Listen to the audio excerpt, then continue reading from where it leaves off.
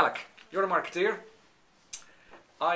Let's just suppose I am starting my own business. What are sort of the 3, 4, 5 tips as a marketeer you would give a startup? I think the first thing to do is understand the product and service you're selling. Most people come up with a concept for that service or product, but actually don't step into the purchaser's shoes and understand how they're dealing with a need that that particular person has. That's the first sort of step you need to do. And once you understand that, then you look at where your marketplace is for that particular product or service. The next thing is to understand, okay, where am I likely to be selling this? Is this going to be a local market? Is it a restricted market?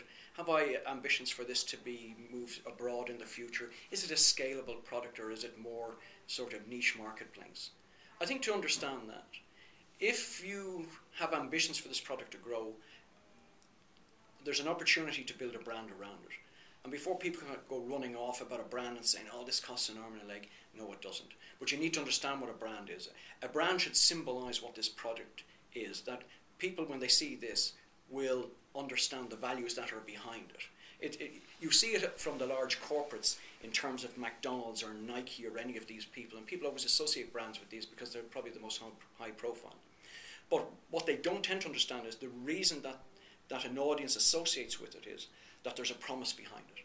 That if I go into that McDonald's, whether I'm in Madrid or whether I'm in Rio de Janeiro, the product I'm going to buy is the same all over. I have a consistency of delivery and an expectation of what I'm going to get. That's what McDonald's stands for. I mean, if the product in every one of these outlets was completely different, the big M, you could throw it in the bin, it's worth nothing. So there's no point in having a brand like that. I think the other thing to understand too is that there is actually a science behind design.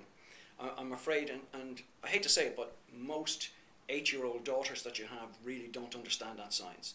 So for you to start building a brand around some sort of symbol they've created, I mean, it's all very cute and cottage industry type. But if you have any serious ambitions to look at a brand, you should engage somebody who actually knows what it's about.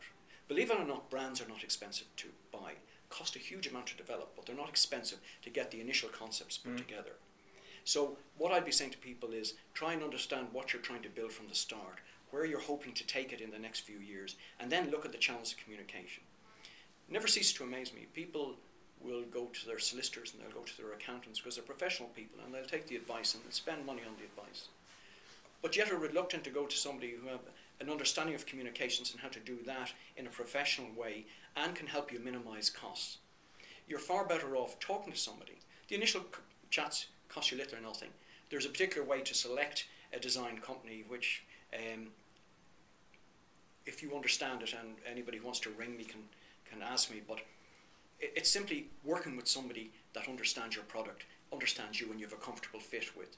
And believe it or not, it's not expensive to do. It is not expensive to do. The payback is usually huge, but you must engage in it properly.